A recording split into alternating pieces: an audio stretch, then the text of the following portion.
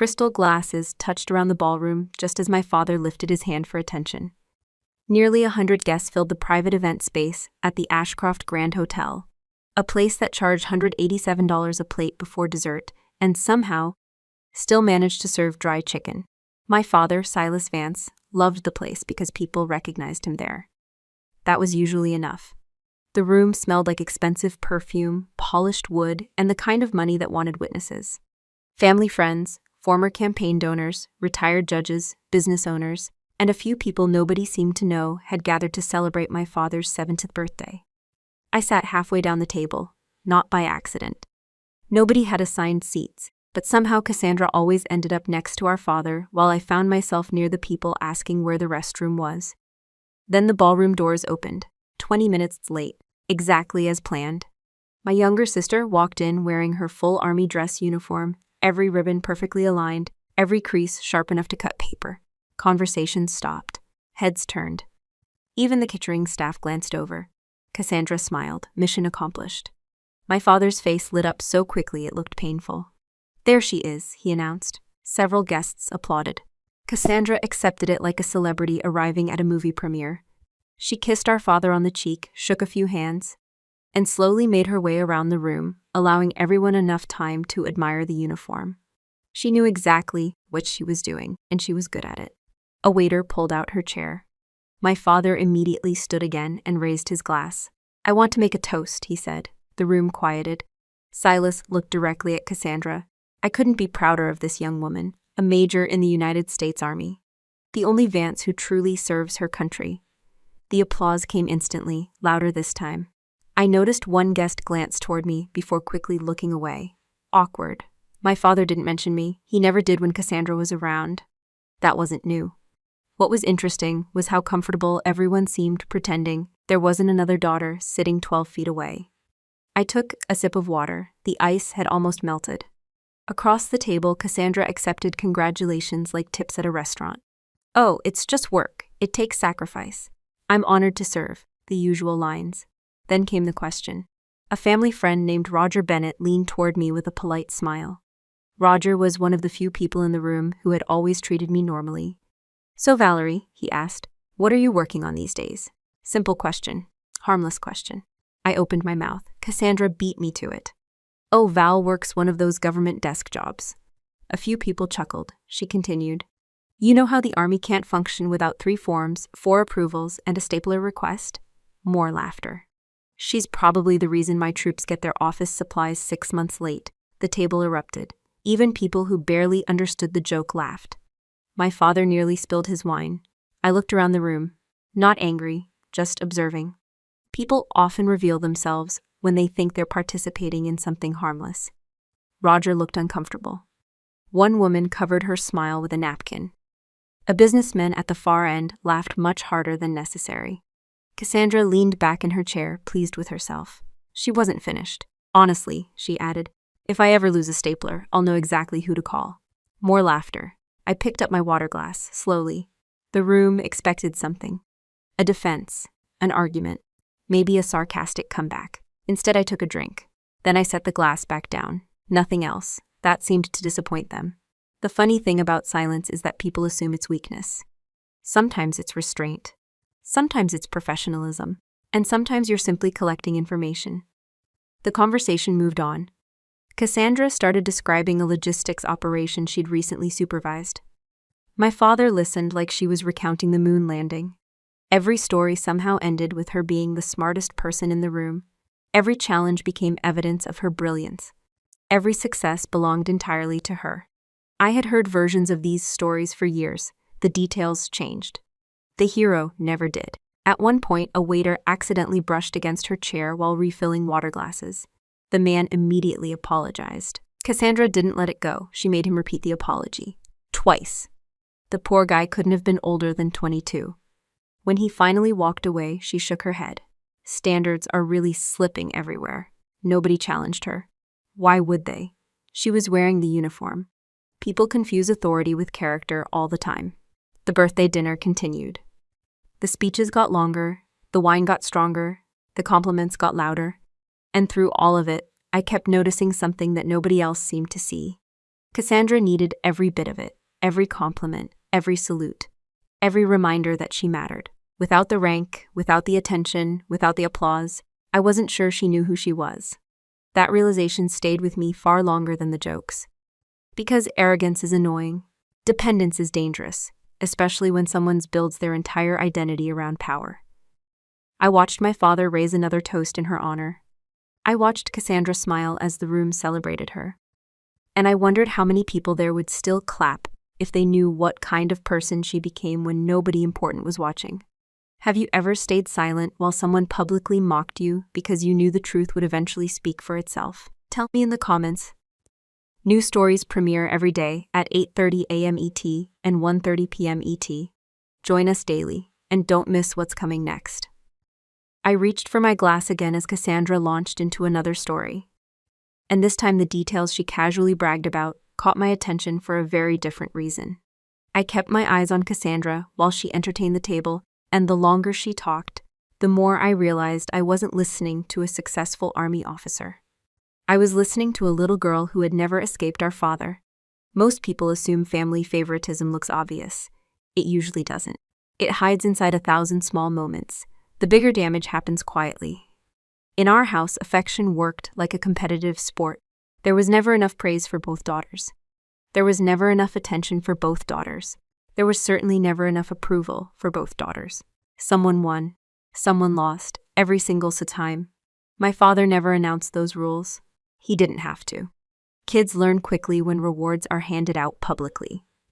When I was 12, I brought home a state academic award that had taken 6 months of preparation.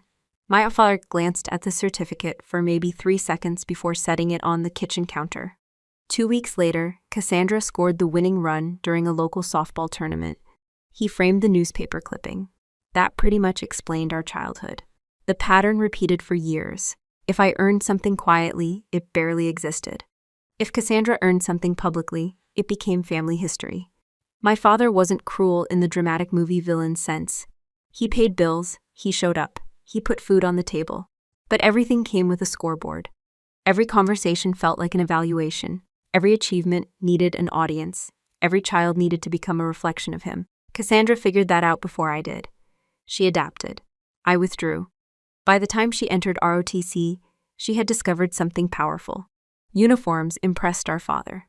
The first time she came home wearing one, Silas spent nearly 40 minutes introducing her to neighbors who happened to be walking past the house. You would have thought she'd been elected president. Cassandra noticed. More importantly, she enjoyed it. From that point forward, military rank became more than a career. It became protection. Whenever our father criticized her, she pointed to a new accomplishment. Whenever she made mistakes, she pointed to another promotion. Whenever she felt insecure, she wrapped herself tighter in professional status. The strategy worked, for years. Meanwhile, I chose a very different path. Military law, oversight, compliance, investigations. The kind of work people only notice when something has gone terribly wrong. The irony always amused me. Cassandra loved being photographed. My career mostly involved making sure nobody ended up on the front page. Different worlds. My work also came with confidentiality restrictions that made family conversations almost impossible. I couldn't discuss cases. I couldn't discuss investigations. I couldn't discuss assignments. Half the time, I couldn't even explain why I was traveling. The less I said, the more assumptions people made. Silas interpreted silence as failure. Cassandra interpreted silence as weakness. Neither bothered asking questions. That would have required curiosity. They preferred conclusions. I remember one Thanksgiving dinner when a distant cousin asked me what I actually did for a living. Before I could answer, Cassandra jumped in. Government paperwork. That was it. Government paperwork. The cousin nodded and changed the subject. Nobody asked again. I found it funny. The entire table accepted her explanation because it fit their expectations. People rarely challenge a story they already want to believe. Years passed. Promotions came. Responsibilities grew. The gap between reality and perception became enormous, and Cassandra became increasingly difficult to be around. Not because she outranked people, because she believed rank explained human value. Those are very different things. I started noticing it outside family gatherings, at restaurants, at stores, at community events, anywhere she thought someone couldn't help her career. One afternoon, I watched her complain to a restaurant manager because her salmon arrived 4 minutes later than everyone else's meal. She actually timed it. 4 minutes. The manager apologized and offered dessert. Most people would have moved on. Cassandra spent the next 20 minutes explaining standards and accountability as if she were addressing a military tribunal. The poor manager probably regretted opening the restaurant. Another time, I watched her publicly correct a young National Guard lieutenant during a charity fundraiser. The officer wasn't even under her command. He simply used the wrong terminology while describing a transportation unit. Cassandra interrupted him 3 times. Not because she needed accuracy, because she needed dominance. The young man eventually stopped talking. She seemed pleased with that outcome. Those moments bothered me more than the insults directed at me. Anyone can survive being mocked. What worried me was the pattern. Cassandra no longer adjusted her behavior based on who she was speaking to. Waiters, junior officers, administrative staff, contractors, receptionists. It didn't matter. She treated people according to what they could do for her. That kind of thinking becomes dangerous once authority enters the equation. Authority isn't a personality, it's a responsibility. People who forget that eventually hurt someone. The birthday dinner around me continued to roll forward. Wine glasses clinked. Guests laughed. My father sat proudly beside his favorite success story. Across the table, Cassandra launched into another tale about solving problems nobody else was apparently smart enough to solve. The audience loved it. Of course they did. Confidence is attractive, especially when people mistake it for competence. I watched a waiter approach to refill her glass. She didn't look at him. She kept talking while holding the glass out in his direction like he was part of the furniture. The waiter quietly filled it and walked away. Cassandra never noticed his face. That bothered me. Not because it was rude, because it revealed something deeper. The people around her had stopped being people. They had become categories: useful, useless, important, unimportant, worth impressing, not worth seeing, and once someone starts dividing the world that way, bad decisions tend to follow. The frightening part wasn't that Cassandra enjoyed power. A lot of people do. The frightening part was that she had begun believing power protected her from consequences. And listening to her speak that night, I started wondering whether she had already crossed lines she didn't even recognize anymore. The thought stayed with me long after the birthday dinner ended. And a few weeks later, I found myself sitting in my father's living room, wondering whether I'd underestimated the problem. Silas had invited us over for what he called a simple family weekend. That usually meant food, politics, and Cassandra talking about herself. The house hadn't changed much over the years. The same leather recliner sat near the fireplace. The same framed campaign photos lined the walls. The same trophies and certificates occupied every available shelf. Most of them belonged to Cassandra. I was halfway through a cup of coffee when she walked in carrying a folder thick enough to stop a door from closing. She dropped it onto the dining room table. "Big month," she announced. My father immediately perked up. "What happened?" Cassandra grinned. "I closed the Falcon Ridge contract," Silas whistled. "That's the veteran-owned company you were talking about?" "The very one." She sounded proud, too proud. I had never heard of Falcon Ridge Logistics before, but the way she said the name caught my attention. Procurement officers rarely celebrate contracts the way gamblers celebrate winning hands. The numbers involved are usually too serious. My father leaned forward. "Didn't they give you trouble?" Cassandra laughed. "Oh, they tried." That answer made me put down my coffee. Most people tell stories about solving problems. Cassandra enjoyed telling stories about defeating people. There was a difference. "What kind of trouble?" Silas asked. She settled deeper into the couch. The owner thought he could negotiate. The way she said negotiate made it sound like a criminal offense. He kept pushing back on pricing, delivery schedules, compliance requirements. Every meeting turned into a debate. Silas shook his head. "Some people don't know when to get out of their own way." "Exactly," Cassandra pointed at him. "That's exactly what I told him." I stayed quiet, she continued. The guy kept acting like he had options. Another laugh. But eventually, I explained reality. Something about that phrase bothered me. Explained reality. Not discussed. Not negotiated. Explained. I had spent enough years around investigations to recognize certain warning signs. People reveal more than they realize when they're bragging. Silas wanted details. "What did you do?" Cassandra smiled. The smile wasn't pleasant. I reminded him who controlled future contract opportunities. The room became noticeably quieter. Not silent, just quieter. I watched her carefully. She didn't notice. People rarely monitor their words when they think everyone agrees with them. The story then continued. She described multiple meetings with Falcon Ridge Logistics. She described phone calls. She described contract reviews. She described pressure campaigns. Every version of the story had the same theme. A contractor resisted. Cassandra applied pressure. The contractor eventually surrendered. My father loved every minute of it. That's leadership, he said. I almost laughed. Leadership. Interesting choice of words. Cassandra nodded confidently. You have to be firm with people. Then she leaned forward. Especially when promotions are on the line. There it was. The first honest thing she'd said all afternoon. Not mission success. Not operational readiness. Promotion. That was the center of gravity. Everything else orbited around it. She opened the folder and pulled out several documents. Most of the pages faced away from me, but I noticed enough details to become uncomfortable. Contract values, procurement schedules, vendor information, nothing classified.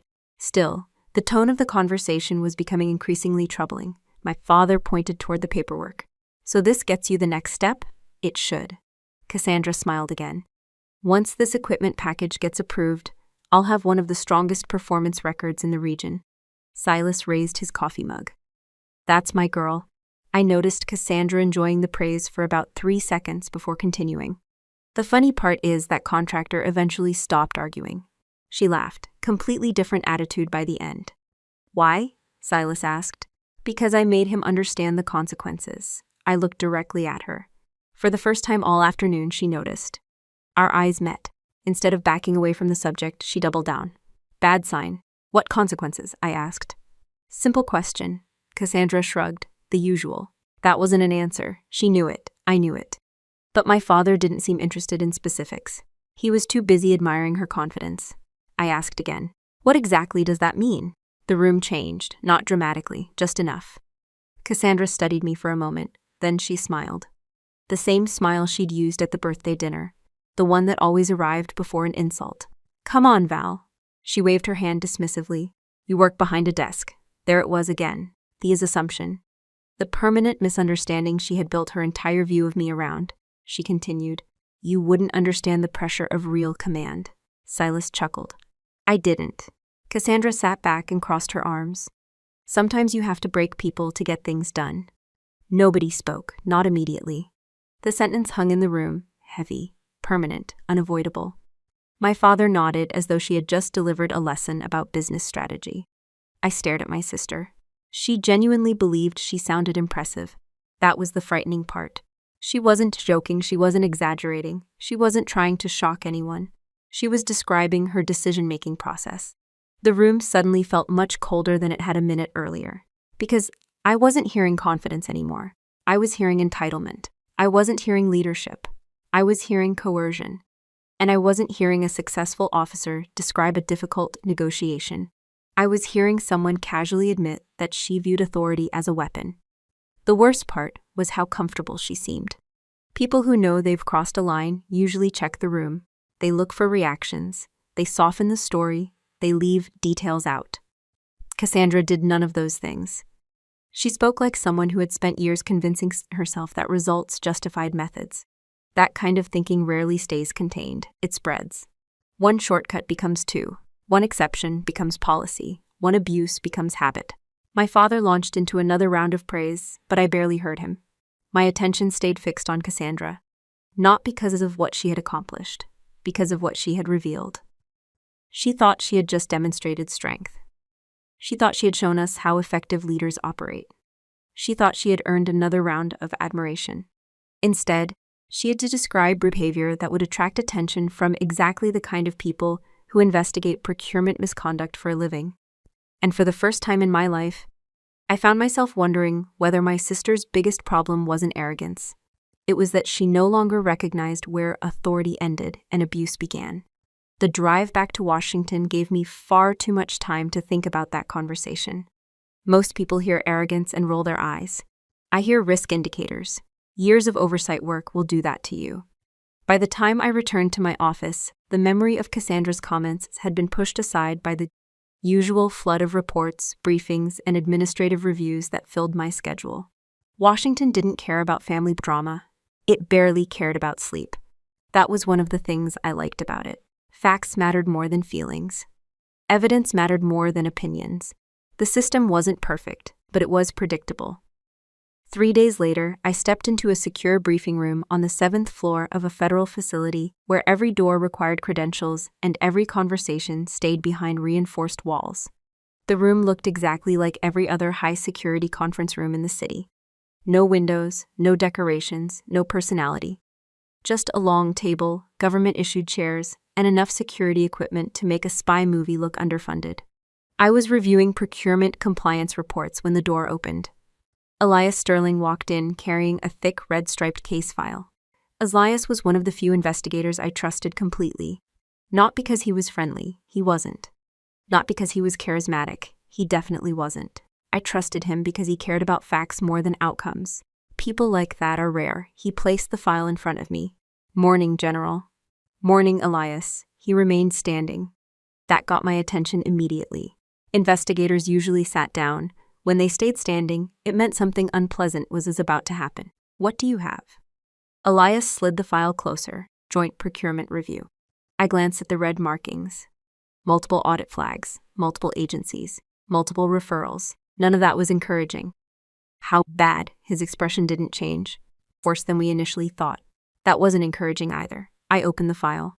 The first several pages were heavily redacted. Contract numbers, vendor identifiers, procurement pathways, internal communications, financial summaries, nothing unusual at first. Then I reached the investigation overview. My eyes stopped moving. For a moment, I thought I had read the page incorrectly. I looked again. The name remained exactly where it was, Major Cassandra Vance. Top of the referral list, top of the investigative priority list, top of everything. The room became very quiet. Elias didn't say anything, professional courtesy. He knew I needed a minute. I stared at the page. Not because I was shocked to see my sister connected to controversy. Part of me had expected trouble eventually. What I hadn't expected was the scale. The allegations filled multiple sections: bid manipulation, vendor favoritism, improper procurement influence, undisclosed financial benefits, contract steering, fraud indicators. My stomach tightened, not emotionally, professionally. Those accusations weren't paperwork violations. Those accusations destroyed careers. Sometimes they destroyed lives. I kept reading. Each page got worse. Several approved contracts involved equipment that had failed performance testing. Some items had been approved despite documented deficiencies. Others had bypassed standard review channels entirely. One section described communications between procurement officials and preferred vendors. Another detailed unusual payment patterns. Then I reached the equipment assessment summary. That page bothered me more than everything else combined, because procurement fraud isn't always about money. Sometimes people get hurt. The report described defective field equipment that had reached active units. Nothing catastrophic. Not yet, but enough failures had occurred to trigger concern. Communication devices, transport support systems, protective components. Equipment soldiers depended on. Equipment someone had approved. Equipment connected directly to Cassandra's chain of responsibility. I leaned back slowly. The room remained silent. For the first time since opening the file, I wasn't looking at my sister. I was looking at consequences. A bully humiliates people. A corrupt officer puts people at risk.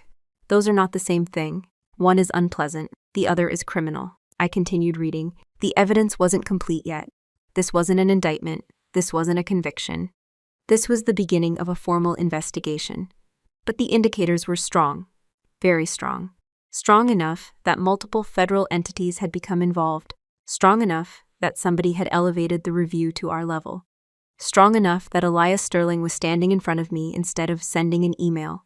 That realization brought a different problem. A personal problem. One I had spent my entire career helping others navigate. Conflict of interest. I closed the file, not because I was finished, because I already understood the decision waiting for me. Elias finally spoke. "You can recuse yourself." The option hung between us. Reasons is all. Expected, understandable. Family relationships complicated investigations all the time. Nobody would question it. Nobody would criticize it. Most people would probably encourage it.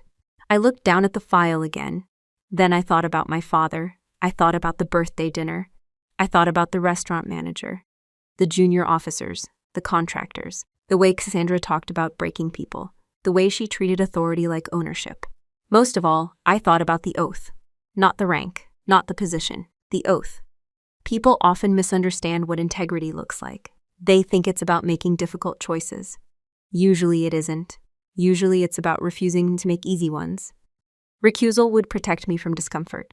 It would not protect the institution. It would not protect taxpayers. It would not protect soldiers. And it certainly wouldn't protect the truth. I opened the file one final time. Major Cassandra Vance, my sister. The little girl who had spent her life chasing approval. The woman who now stood at the center of a federal fraud investigation. For a brief moment, I wished the file belonged to someone else. Anyone else. Then the feeling passed. Because wishes don't belong in investigations. Facts do. I closed the folder carefully and slid it back toward Elias. His eyes stayed on mine. Waiting, I gave him the only answer I could live with. Proceed with the audit. Elias nodded once. No surprise, no reaction. Just acknowledgement. The kind professionals exchange when something difficult becomes necessary. He gathered the file. I stood and walked toward the secure conference room door. The investigation was no longer theoretical. The paper trail existed. The evidence existed. And somewhere outside that building, Cassandra was still walking around, convinced that her rank made her untouchable. She had no idea that the system she believed she controlled had already begun examining every decision she thought nobody would ever question. I stared at my phone for almost 10 minutes before sending the text, not because I didn't know what to say, because I already knew how it would probably end. Still, some decisions deserve one last attempt, even when the odds are terrible. I typed a simple message, lunch this week, just us, no family, no agenda. A few minutes later, Cassandra replied, sure. The fact that she agreed surprised me. The fact that she thought there was no agenda did not. 3 days later, I arrived at a small cafe a few blocks away from Capitol Hill. It wasn't one of the trendy places where politicians liked being photographed. No cameras, no crowds chasing attention. Just decent coffee, quiet conversations, and a lunch menu printed on paper that looked like it had survived 3 administrations. I intentionally wore civilian clothes. No uniform, no insignia, no symbols of authority. I wasn't coming as an officer, I was coming as a sister. That distinction mattered to me. Whether it mattered to Cassandra remained to be seen. She arrived 7 minutes late. Some habits never change. The moment she walked through the door, I noticed she was still in uniform. Not required, not necessary, just preferred. The major had arrived. She sat across from me and glanced around the cafe. This place is interesting. That was Cassandra's version of criticism. The sandwiches are good, I said. She looked disappointed by my refusal to engage. A server appeared and took our order.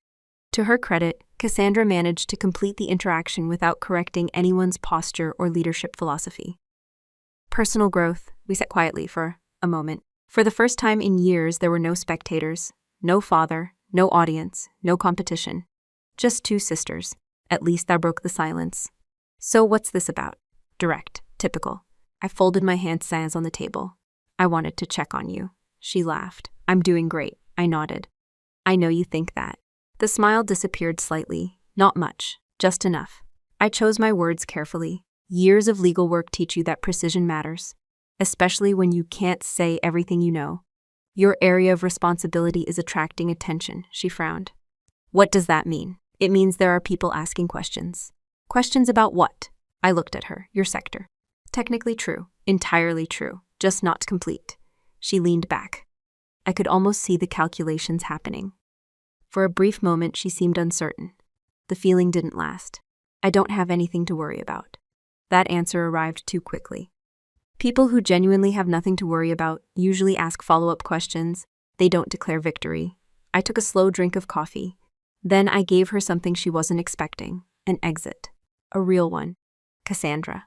My voice stayed calm. If there are administrative issues, financial discrepancies, reporting problems. I paused. The best thing you can do is address them yourself. She stared at me. I continued. Voluntary resignation exists for a reason. The words landed hard. I watched her face carefully, confusion first, then disbelief, then offense. A dangerous progression. Excuse me? Listen to me. I'm listening. No, she wasn't, but I kept going.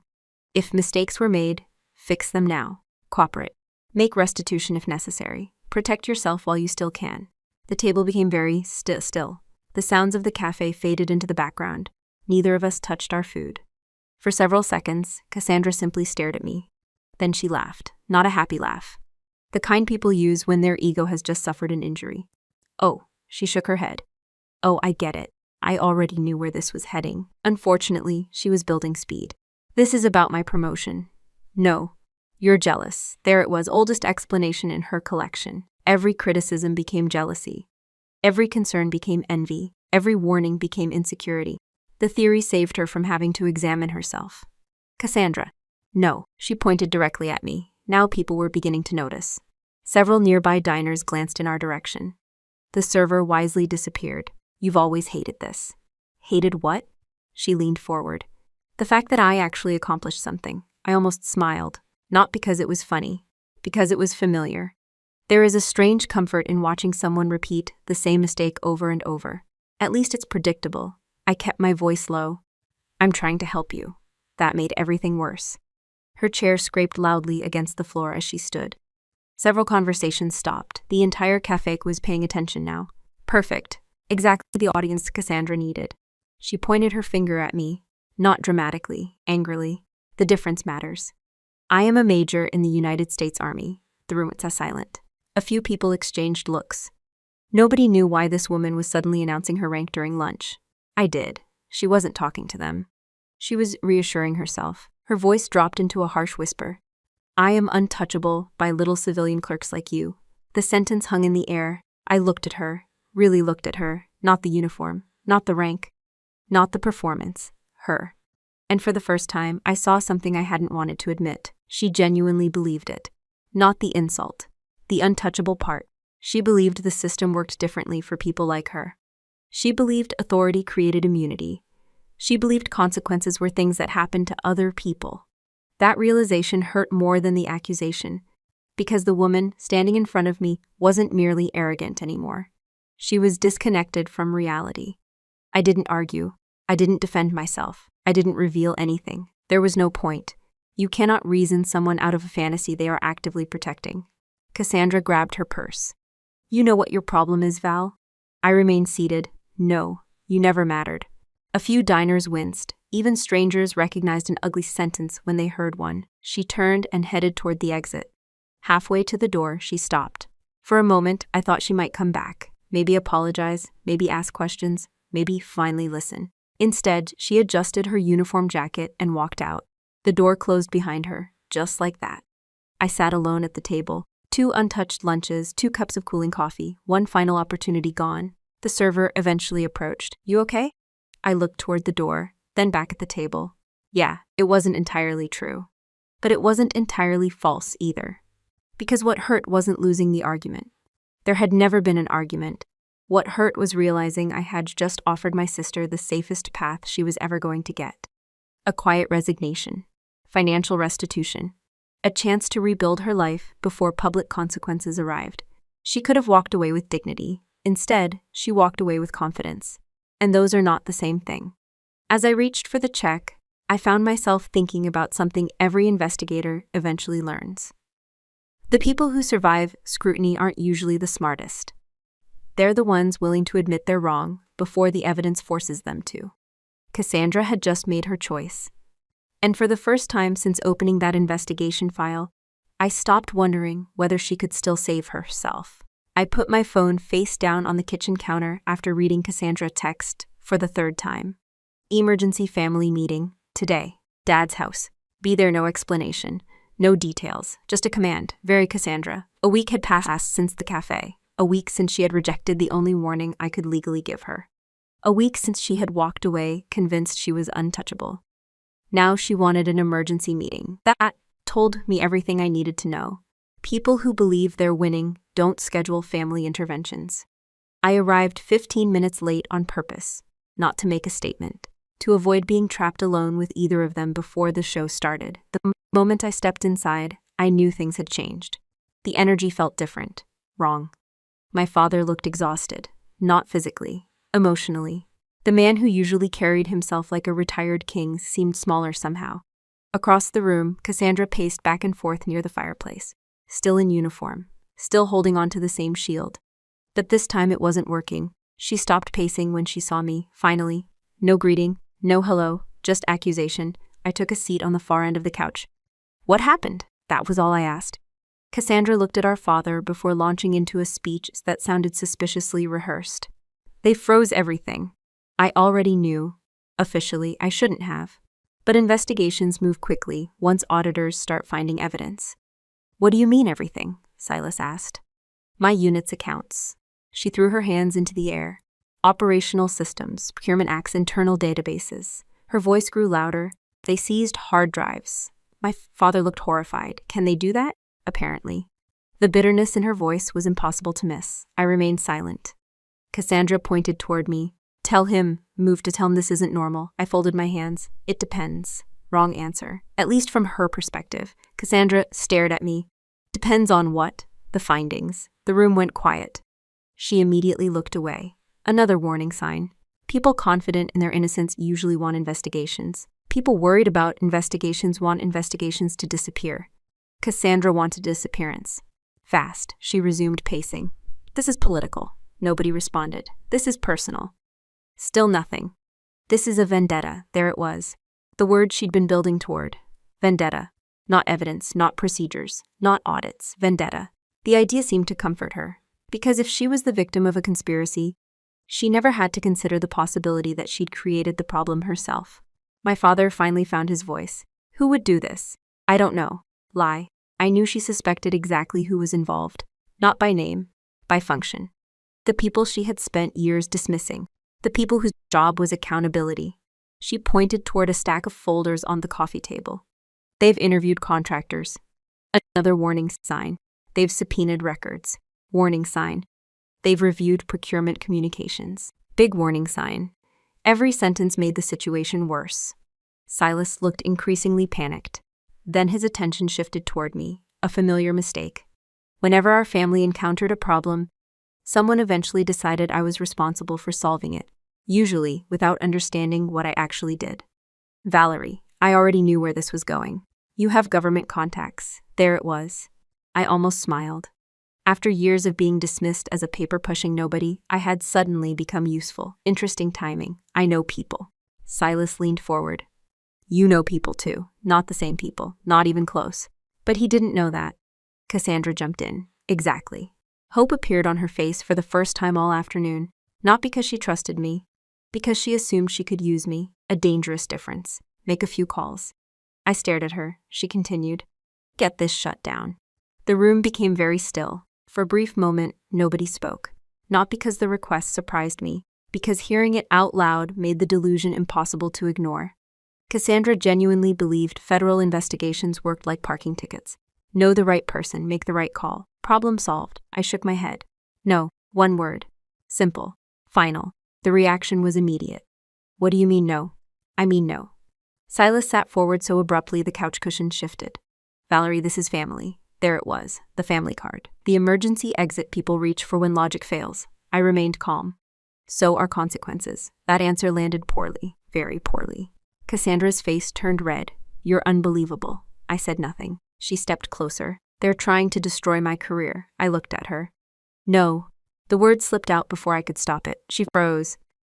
So what are they doing? I met her eyes. They're investigating your decisions. For a second, I thought she might finally hear it. Actually hear it. The possibility disappeared instantly. She pointed directly at me. Traitor. The word echoed through the room.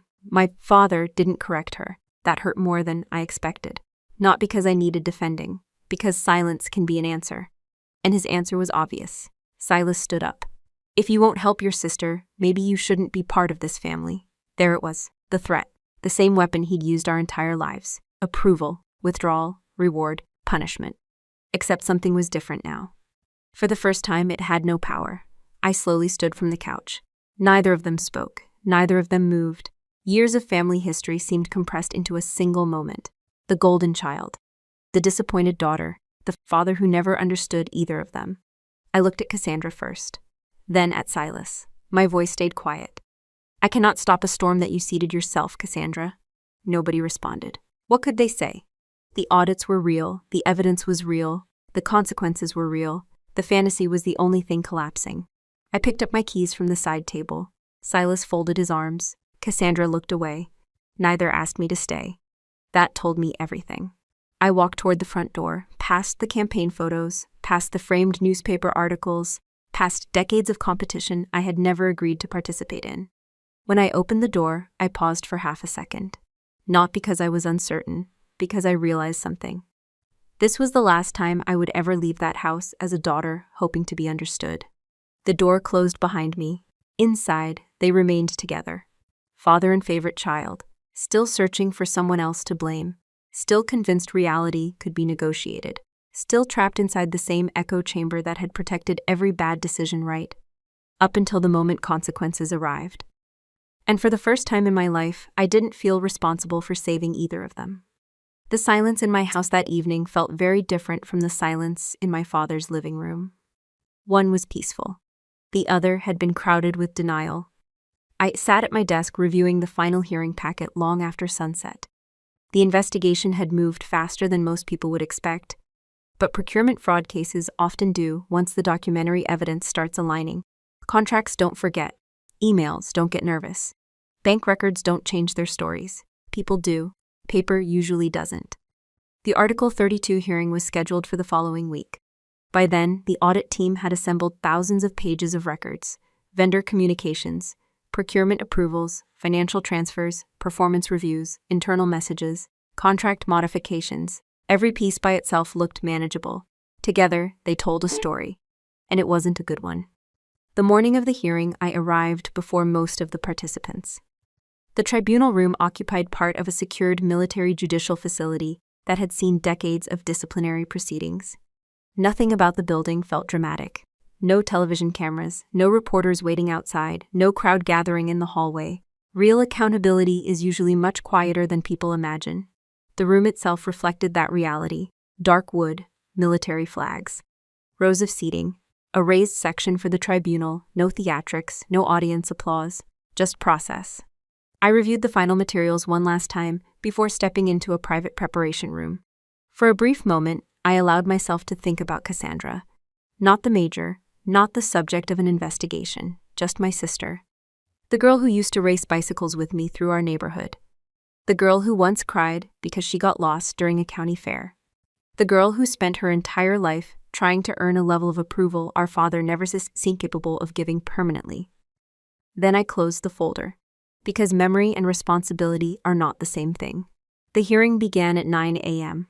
I wasn't inside the room yet. That was intentional. From the side monitor, I watched participants enter one by one: investigators, legal personnel, administrative staff, witnesses. Then Cassandra arrived. She looked exactly the way I expected. Perfectly pressed Class A uniform. Confident posture, expensive legal team. 2 civilian defense attorneys' combined hourly rate could probably buy a decent used pickup truck. She walked into the room projecting certainty. The performance was familiar. I had seen versions of it my entire life. She still believed this was a battle of status. She still believed confidence could substitute for evidence. She still believed rank mattered most. One of her attorneys whispered something to her. Cassandra smiled. That smile disappeared 10 minutes later. The hearing was called to order. The heavy doors closed. Everyone took their places. Then the command came. All rise. The room stood. I entered through the side door, not dramatically, not slowly, just professionally, the way I'd entered hundreds of official proceedings throughout my career. My full dress uniform carried the insignia I rarely discussed outside professional settings. The single silver star on my shoulder reflected the overhead lights for a brief moment. That was enough. The reaction happened instantly. Cassandra froze completely. The color drained from her face. One hand grabbed the edge of the table. Her chair bumped awkwardly against the floor as she sat down too quickly. Across from her, one attorney looked confused. The other looked sick. That attorney recognized exactly what had just happened. Years of assumptions had collapsed in less than 3 seconds. I took my seat at the head of the tribunal. No smile, no satisfaction, no revenge. Only responsibility. The hearing began. For the next 2 hours, evidence replaced opinion. One document at a time, one witness at a time, one transaction at a time. The procurement records established patterns. The The vendor communications established intent. The financial documents established motive. The testimony established impact. Every layer reinforced the previous one. There were no dramatic confessions. Real investigations rarely work that way. There was simply nowhere left for the facts to go except toward the truth. One contractor described being pressured during negotiations. Another explained unusual contract modifications. An auditor walked the tribunal through procurement irregularities that should never have survived internal review. The most difficult testimony involved equipment failures. Nothing catastrophic, thankfully. But several approved systems had failed quality standards that should have disqualified them entirely. Soldiers trusted those systems. That mattered, a lot. Throughout the hearing, Cassandra became visibly smaller, not physically, psychologically. The confidence that had carried her into the room slowly evaporated as each new piece of evidence appeared. For years, she had controlled the narrative. Now the documents were speaking instead. Documents don't care about rank.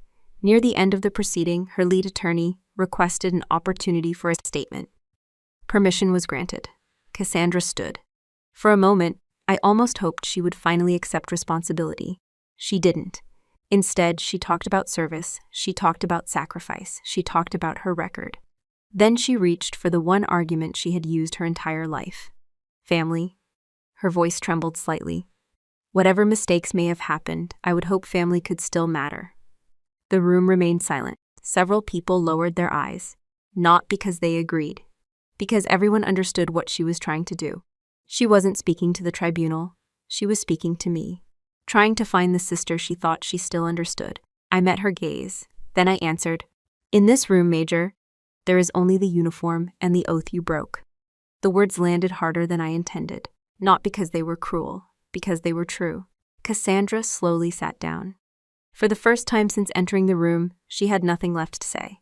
The final recommendation packet was placed in front of me. The room became completely silent. I reviewed the summary. Findings confirmed, violations substantiated, recommendations complete. Everything had already been proven. My signature would not create the outcome. It would acknowledge it. That distinction mattered. I picked up my pen. The small sound seemed louder than it should have. Paper shifted. Someone cleared their throat. Nobody else moved. Across the room, Cassandra stared at the table. Not at me, not anymore. I signed the recommendation. Dishonorable discharge. The ink dried almost immediately. Years of arrogance, months of investigation, thousands of documents, one signature. The hearing concluded shortly afterward. People began gathering their materials. Chairs moved, folders closed. Conversations resumed quietly. I remained seated for a few extra seconds. Not because I felt victorious, I didn't. Justice and celebration are not the same thing. What I felt was heavier than that. Because despite everything she had done, despite every warning she had ignored, despite every opportunity she had rejected, the woman leaving that room was still my sister. And the consequences waiting outside those doors were only beginning.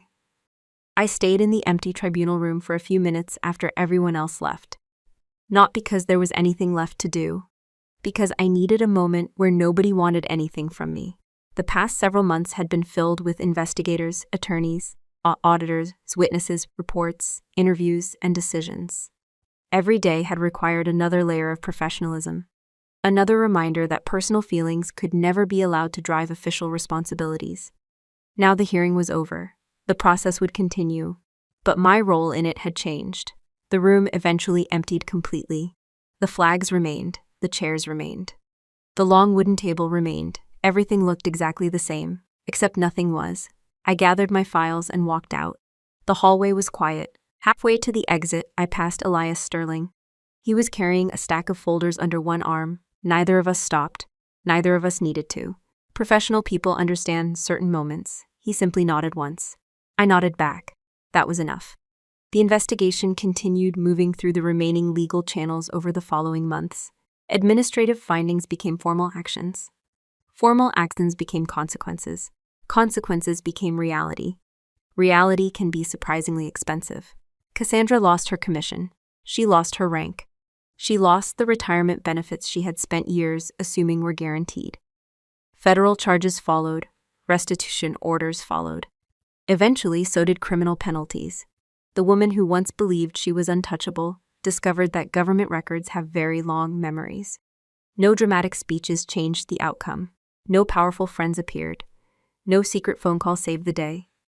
The evidence simply continued doing what evidence does, telling the truth. I heard occasional updates through official channels. I never asked for them. They found me anyway. One former contractor cooperated fully. Several procurement officers accepted disciplinary actions. Multiple contracts were terminated. The damaged systems were replaced. New oversight measures were implemented. The institution moved forward. That's another thing people misunderstand. Organizations rarely stop for one person's downfall. They adapt. Then they continue.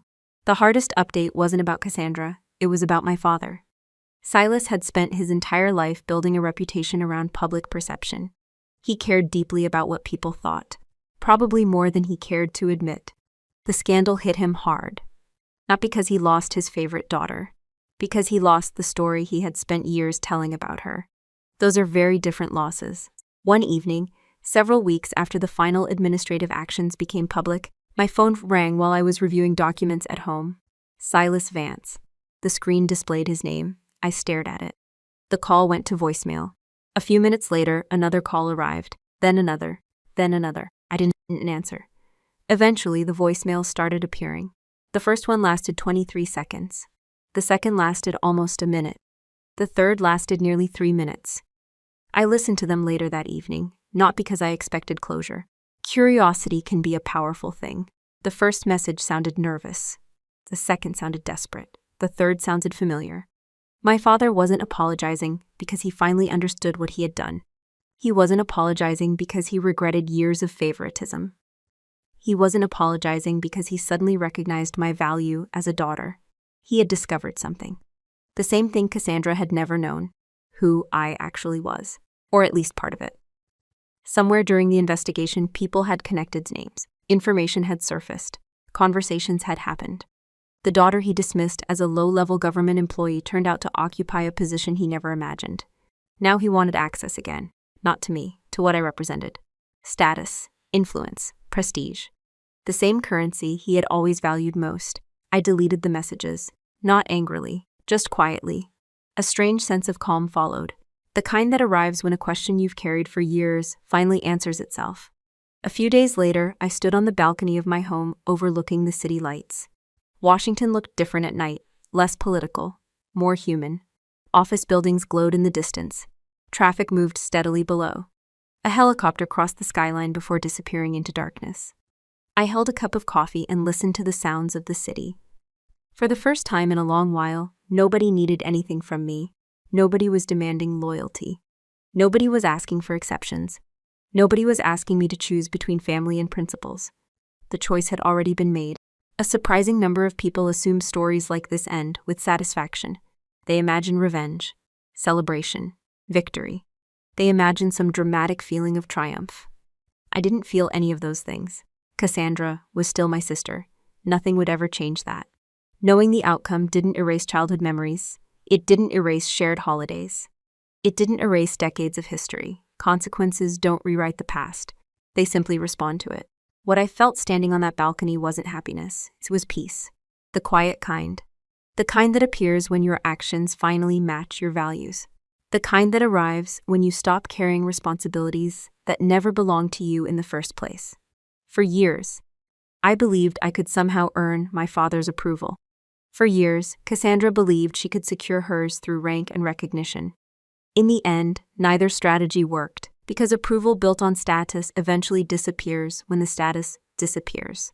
Character doesn't. That's the lesson I carried away from everything that happened. Not the investigation, not the hearing, not the headlines, the lesson.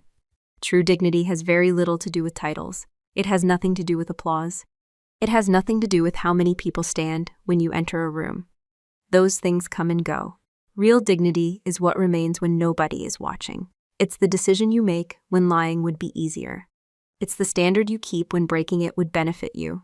It's the promise you honor when there is no reward for doing so. I didn't destroy my sister. The truth did that. The documents, the decisions, the evidence, the consequences. I simply refused to abandon my oath in order to protect her lies. The city lights flickered in the distance as I finished my coffee. Then I went back inside. not as a victor, not as a victim. Just as someone who finally understood that integrity is not measured by the rank on your collar.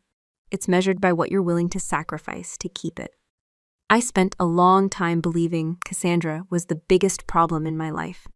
That sounds strange now. After everything that happened, after the investigation, after the hearings, after the consequences, I found myself looking back and realizing I had misunderstood something important for most of my adult life. Cassandra wasn't the beginning of the story, she was the result of it. For years, I focused on her behavior because it was the most visible thing in the room. The insults were obvious. The arrogance was obvious. The constant need for attention was obvious.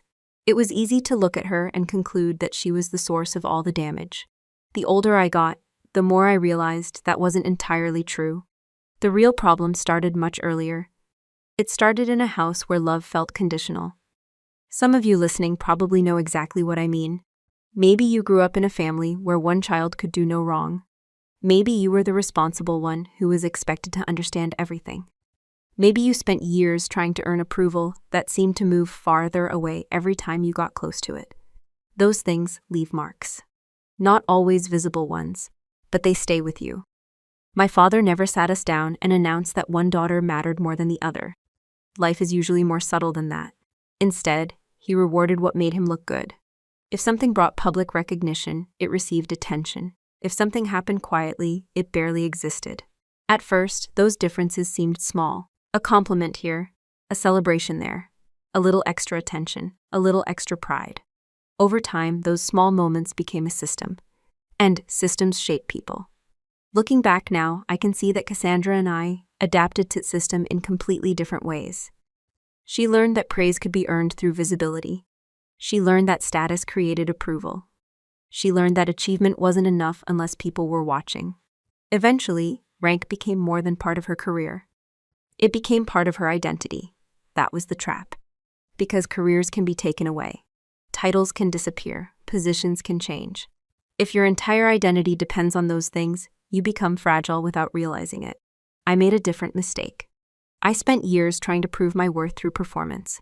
I thought if I worked hard enough, succeeded quietly enough, behaved responsibly enough, eventually I would earn the same respect. I was wrong. Some people cannot give what they do not possess. That realization took me much longer than it should have. One of the most valuable lessons I learned from this experience is something I wish I had understood 20 years earlier. Your value does not increase when someone finally recognizes it. Your value already exists. Recognition and value are not the same thing. A lot of people spend decades confusing those two things. They chase promotions. They chase compliments. They chase approval. They chase social status. They chase validation from parents who may never be capable of giving it. And every time they achieve one goal, another appears. The finish line keeps moving. The exhaustion never stops. I know people who earn six-figure salaries and still feel inadequate. I know people with impressive titles who are terrified of retirement because they don't know who they are without their job. I know people who are still trying to impress parents who are in their 80s. That kind of life becomes a prison. Not because someone locks the door, because you never stop building the walls yourself. One of the questions I started asking myself after everything happened was surprisingly simple. Who are you when nobody is impressed? Not when you're successful, not when you're being recognized, not when you're receiving praise. Who are you when none of that exists? It's an uncomfortable question, but it matters because eventually every person reaches a season of life where applause becomes less frequent. Careers change, children grow up, retirement arrives, health changes. The audience gets smaller. When that happens, the people who built their identity around external validation often struggle the most. The people who built their identity around character tend to survive those transitions much better. That doesn't mean life becomes easy. It means your foundation remains intact. If you're listening to this story and you recognize pieces of your own family in it, I want to encourage you to think about something. Stop asking whether the people around you fully appreciate your value. Start asking whether you appreciate it yourself. Those are very different questions. One gives power away. The other takes responsibility for your own life. For years, I wanted my father to see me, really see me, not compare me, not evaluate me, not rank me, just see me. What finally brought me peace wasn't accomplishing that goal, it was letting go of it. Sometimes healing doesn't happen when the relationship changes. Sometimes healing happens when your expectations change. That may not be the answer people want, but it has been true in my life. If I could sit across from the younger version of myself today, I wouldn't tell her to work harder.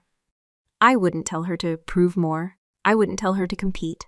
I would tell her something much simpler. Your worth is not determined by the loudest person in the room, and it is not determined by the person withholding approval. The sooner you learn that lesson, the sooner you stop handing other people control over your peace. That may be the most valuable thing this entire experience taught me. And honestly, I learned it much later than I should have. One thing I've noticed since sharing my story is how many people focus on the wrong person. Most people immediately want to talk about Cassandra. I understand why. She was loud, she was arrogant, she made terrible decisions. She became the obvious villain in a very public downfall. But if that's all you take away from this story, you're missing something important. Because there is another conversation that almost nobody wants to have. Family favoritism, not the obvious kind. Not the kind where parents openly announce who they love more. The quieter version. The version that hides behind phrases like, "That's just how they are." The version that gets excused for decades because nobody wants conflict. The version that slowly damages everyone involved, including the favorite child. That last part surprises people. Many assume the favored child wins. Sometimes they do, sometimes they don't. What I've learned is that favoritism often hurts everyone in different ways. The overlooked child learns that love feels uncertain. The favored child learns that accountability feels optional. Neither lesson leads anywhere good. When I look back now, I can see that Cassandra wasn't simply spoiled. She was protected from reality. Every success was celebrated. Every failure was explained away. Every criticism became someone else's fault. Every consequence was softened before it could teach anything. At first, that sounds wonderful. Who wouldn't want that? The problem is that adulthood eventually arrives. And adulthood doesn't care who your parents preferred. The world treats you very differently than your family does. A supervisor will not ignore misconduct because you're charming. An auditor will not overlook fraud because you're confident. A contract officer will not approve paperwork because you feel important. Reality is remarkably unfair to entitlement. That's why some people struggle so badly when consequences finally appear. They've never built the muscles needed to handle them. One of the things that struck me during the investigation was how completely Cassandra rejected every warning. Not because she was unintelligent, she wasn't. Not because she lacked experience, she had plenty. She rejected those warnings because she genuinely believed the rules operated differently for her. That belief didn't appear overnight. It was reinforced over years. Maybe some of you have seen this happen in your own families. A child lies. Nobody addresses it. A teenager breaks rules. Nobody addresses it. A young adult mistreats people. Everyone makes excuses. Years pass. The behavior grows. Then one day, everyone acts shocked when the consequences become serious. The truth is that serious consequences usually begin as small consequences that were ignored. That's why I want to speak directly to parents for a moment. If you're raising children, please understand something. Protecting your child from every uncomfortable outcome is not kindness. It's preparation for failure. One of the greatest gifts you can give someone is accountability, not punishment. Accountability. There is a difference. Punishment creates fear. Accountability creates growth. The people who helped me most throughout my life were not the people who constantly praised me. They were the people willing to meet uncomfortable truths. The mentors who corrected mistakes. The supervisors who demanded higher standards. The colleagues who challenged my assumptions. At the time, those conversations weren't always enjoyable. Some of them were frustrating. A few were embarrassing. Almost all of them were valuable. Because growth rarely happens when everyone agrees with you. Growth happens when reality interrupts your self-image. That's another lesson I hope people take from this story. Find at least one person in your life who is willing to tell you the truth. Not the person who always validates you. Not the person who always takes your side. Not the person who automatically agrees with everything you say. Find someone honest. Someone who respects you enough to challenge you. Someone who cares more about your future than your feelings in the moment. Those people are rare. They're also priceless. I think about the lunch I had with Cassandra before everything collapsed. At the time, I viewed it as a warning. Looking back, it was something else too. It was an opportunity. Not just to avoid consequences, to reconsider herself, to ask difficult questions, to examine assumptions, to step back before reality forced her to. She couldn't do it, and I think that's because she had spent too many years hearing only what she wanted to hear. When people live inside an echo chamber long enough, the truth starts sounding hostile. Advice sounds like criticism. Concern sounds like jealousy. Warnings sound like attacks. Eventually, every voice except their own becomes an enemy. That's a dangerous place to live. And it doesn't only happen in families, it happens in workplaces, friendships, businesses, communities, anywhere people become more interested in protecting their ego than pursuing the truth. So if there is one question I hope you ask yourself after hearing this story, it's this: who in your life has permission to tell you that you're wrong? Think carefully before answering. Because if the honest answer is nobody, you may be far more vulnerable than you realize. The tragedy of Cassandra's story wasn't that she lost her career. The tragedy was that she stopped listening long before she lost anything else. By the time reality finally reached her, she had spent years building walls against the very people who might have helped her avoid the fall. And that's a mistake far too many families don't recognize until it's already too late. One of the messages I receive most often whenever people hear stories like mine is surprisingly simple. What should I do if I'm living through something similar right now? Not 10 years ago, not after everyone changes, not after the family finally becomes healthy.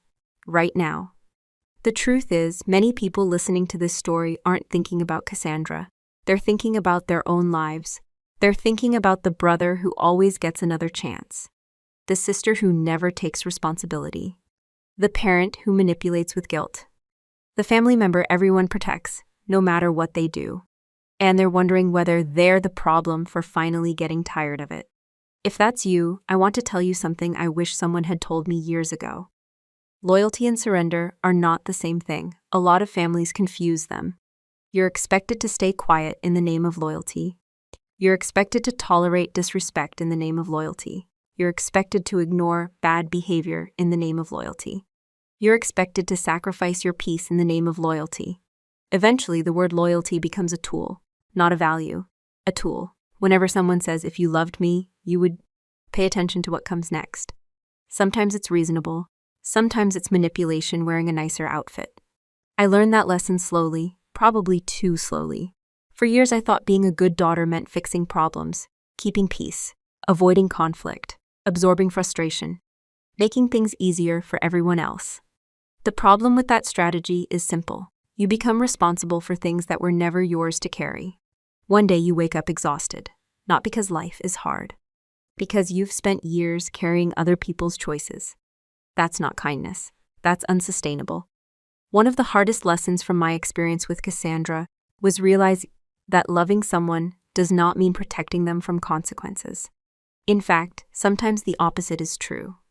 Sometimes protecting someone from consequences prevents them from changing. Think about that for a moment. How many people stay stuck because everyone around them keeps rescuing them? How many bad habits survive because somebody else always cleans up the mess? How many destructive behaviors continue because nobody allows reality to do its job?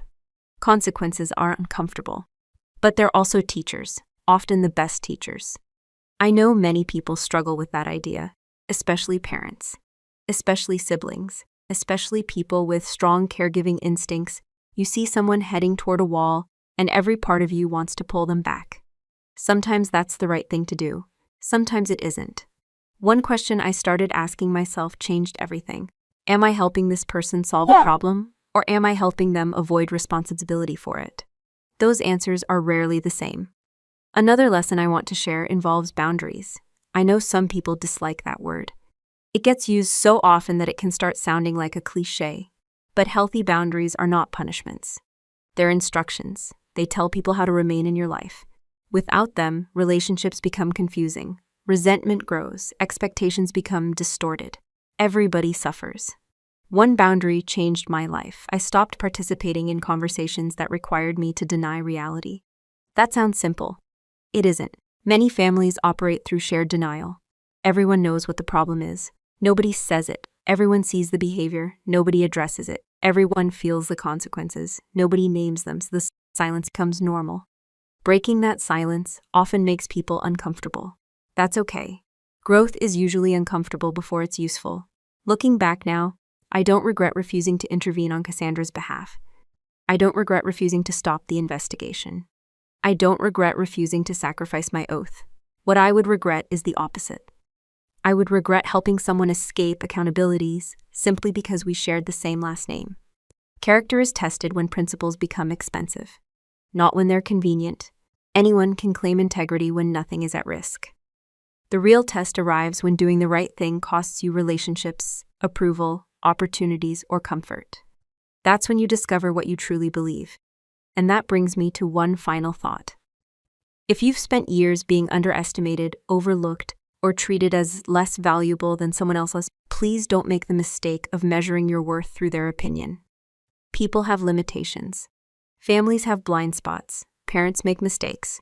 Sometimes the people who know us longest understand us the least. Their misunderstanding does not define you. Their approval does not create your value. Their rejection does not remove it. Your responsibility is not to convince everyone of your worth. Your responsibility is to live in a way that reflects it. That's what finally brought me peace. Not proving anyone wrong, not winning, not being recognized. Peace arrived when I stopped asking other people for permission to respect myself. If you've stayed with me through this entire story, thank you. Thank you for listening. Thank you for thinking about these lessons with me. And thank you for bringing your own experiences into this conversation. Because stories are never really about one family. They're about the choices all of us face.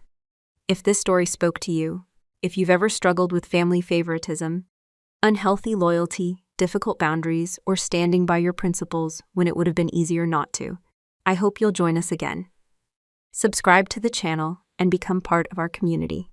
We share new stories every day at 8:30 a.m. ET and 1:30 p.m. ET. Until the next story, take care of yourself, protect your peace, and never trade your integrity for someone else's approval.